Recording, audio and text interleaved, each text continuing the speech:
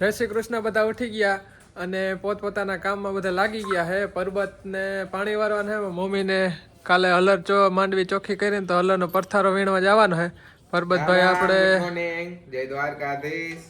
તો જો અમે જાય છે વાડીએ અટાણે. વાડીએ મારે પાણી વારવાનું છે અને માને પડથારો. તો ચાલો પરબત વાળીએ જઈને અને વિડીયો ચાલુ કરીએ. તો હાલો હવે હું જાઉં છું દુકાને. જો અત્યારે મેં છે ને ઠંડી પડતી હતી બહુ, તે છે ને અત્યારે મેં એક ધોરિયો કરી નાખ્યો. ધોરિયો કરવો પડે કેમ કે હવે છે ને તન ક્યારે જ રહ્યા, એટલે પછી તન ક્યારે પછી ધોરિયો નવો કરવો પડે. મેં કીધું છે ને અત્યારે મેં કરી નાખું ને તો બપોર સુધી પછી હક તો હે ને હા ગરમી ઉડી ગઈ. ગરમી ઉડી તા ગઈ, સોરી ટાઢ ઉડી ગઈ, ગરમી ચડી આવી હવે થોડીક વારમાં. ત્યાં આવડો ધોરિયો કરી નાખ્યો ને, જો ઓલા હેઠા સુધી કર્યો જો આ ધોરિયો. અને પાછું એમાં છે ને નાકું તૂટી ગયું હતું ને, અહીંથી વાં સુધી પાણી વયું ગયું હતું. તે છે ને એવો કરવો વહમો લઈ ગયો ને જો પેલા ક્યારામાં પાણી જાય છે મોર્નિંગના આજના પેલા ક્યારામાં. 15-20 મિનિટ થઈ પૂગતા છે જો હા પૂગતા. આપણે પાણી ચાલુ કરીને એટલે લાઇટ ત્યાં રહે જ નહીં. હું લગભગ એટલી વાર મને 3જી વાર આવે ધક્કો ખાવા આવ્યો. કદની ઘડીક વાર ને ઘડીક વાર લાઇટ વહી જાય છે. અને રાજમાં જો મસ્ત છે ને ઉગવા માંડ્યા. જો હારડિયું દેખાતી હશે. આ આગલા પાયલ છે ને એ બધા દેખાવા માંડે જો એટલે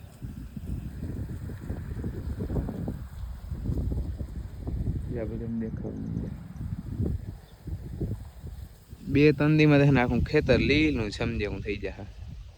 જો મસ્ત દેખાય છે.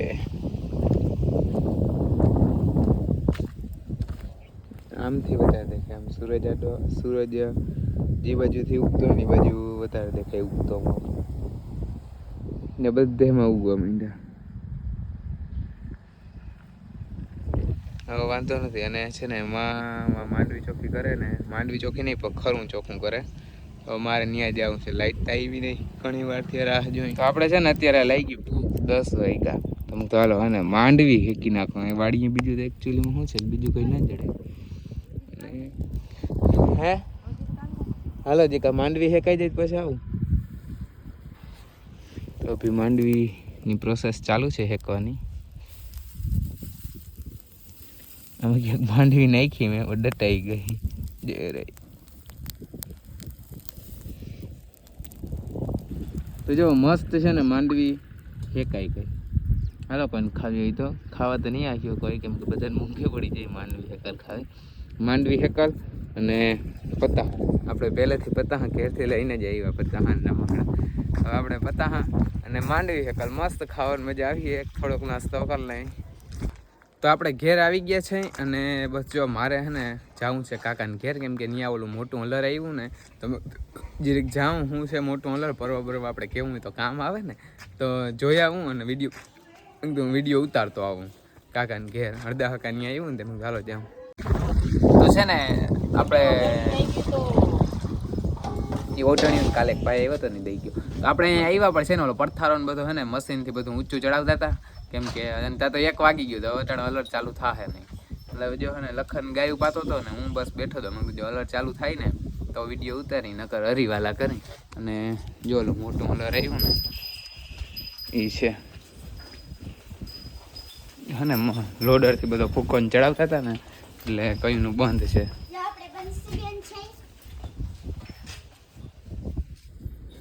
જો ઓલું મોટું અલર્ટ છે. હાલો તો મસ્ત હે ને ઉઠ્યા છે હમણાં 3 વાગ્યા, કેમ કે આજ તો નીંદર એવી કાલ ત્યાં ઉજાગરો હતો અને પછી કાલ થાક્યા હતા. તો હું તો નહીં જ ભેગું ડાયરેક્ટ છે ને 3 વાગી ગયા ડાયરેક્ટ માય ઉઠાડ્યો. અને હાલો અમારે જવું છે વાડીએ. અમારે કન્ટિન્યુ અમારું કામ રાખવાનું છે, કેમ કે માને માંડવી વીણવાની છે ને મારે પાણી વારવાનું છે. અને આપણે હવે ડાયરેક્ટ છે ને સાંજે મળ્યું, કેમ કે ફોન વાળીને લઈને જ જતો બબે ફોન રોગ હાચવવા પડે. એટલે આ ફોન દુકાને મૂકતો જાઉં છું ભાઈ આગળ. એટલે હવે આપણે ડાયરેક્ટ છે ને સાંજે મળ્યું. તો જો આપણે છે ને બપોરેથી છે અત્યારે ડાયરેક્ટ વ્લોગ ચાલુ કર્યો છે. અત્યારે ખાઈ પી લીધું મસ્ત અને અત્યારે વાગી ગયા છે કેટલા વાગ્યા? 8 સાડા 9 10 વાગી ગયા. અત્યારે છે ને 10 વાગી ગયા. અને આપણે જો ચાકુ લઈને ત્યાં અનબોક્સિંગ કરવાની છે. શેનું ખબર છે? તમે જોહો ફાઇનલ આપણે છે ને ભીલી ગોળનું અનબોક્સિંગ કરવાની છે. દેખ શકતે હો. હે ને દુકાને આવ્યો ને તો ભાઈને ડાયરેક્ટ અહીંયા જ આવવા દીધો. એ કે કેરી કે હે ને શું કે બધું કમ્પ્લીટ કરી ટેસ્ટ બેસ્ટ કરી પછી કે દુકાને આવવા દો. મેં કીધું કંઈ વાંધો નહીં, અનબોક્સિંગ કરી નાખીએ અમે. બધા મને કોંગ્રેચ્યુલેશન્સ કહેજો. એમ ના કરજો, હાવ ખાના ખાજો બધા. કેમ કે છે ને સાફ કરવું પડે તો કરી નાખી. હવે તો બહુ બાંધાય છે. બહુ મોટા પાયે બાંધાય છે.